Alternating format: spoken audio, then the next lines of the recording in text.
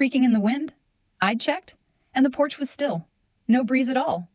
I heard the specific rhythmic sound of a chair rocking, the wood groaning under weight, coming from directly below my window.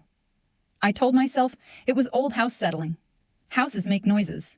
I've read that 100 times, in 100 articles about why haunted houses aren't real, and I believed it, mostly, right up until I heard the second chair start rocking too, in time with the first, like two people having a conversation made entirely of creaking wood.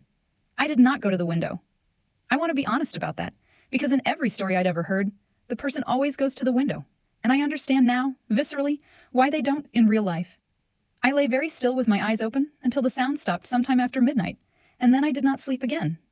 In the morning, everything looked exactly as ordinary as it had the day before. Sunlight through dusty curtains. Birds outside. I told myself I'd imagined it, or dreamed it, and I almost believed that too, until I went down to the porch to check the chairs before leaving. Both of them had turned. Not facing each other anymore. Facing the yard, facing the tree line, facing me. I found the local diner and asked the waitress, an older woman with kind, tired eyes, if she'd known Ruth. She got quiet in a way that told me everything before she said a word. "Everybody up here knew Ruth," she said finally. "Kept to herself since her sister passed. Some folks say the Whitfield land has always had arrangements. Old families out here. You'll hear stories.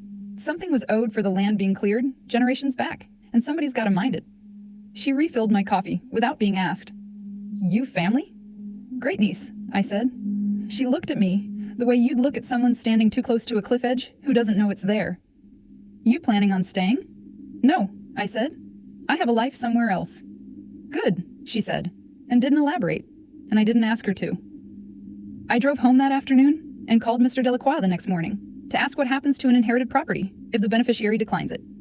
He explained patiently that I could disclaim the inheritance, and it would pass according to the will's contingency clause, to whichever relative was next in line, or, absent that, to the state.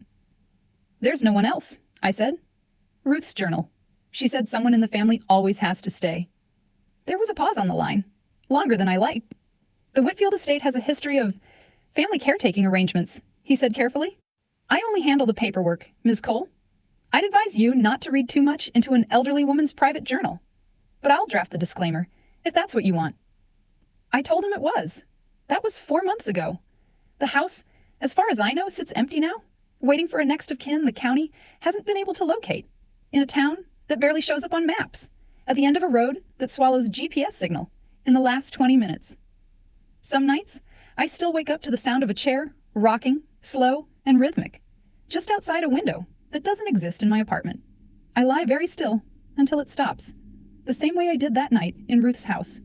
And I don't go to look. I've learned that much, at least. I don't know what my great-aunt agreed to keep, all those years alone on that land, or what she paid for the rest of us to stay out of it.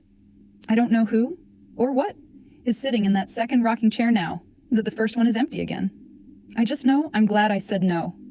I only hope that saying no was actually a choice.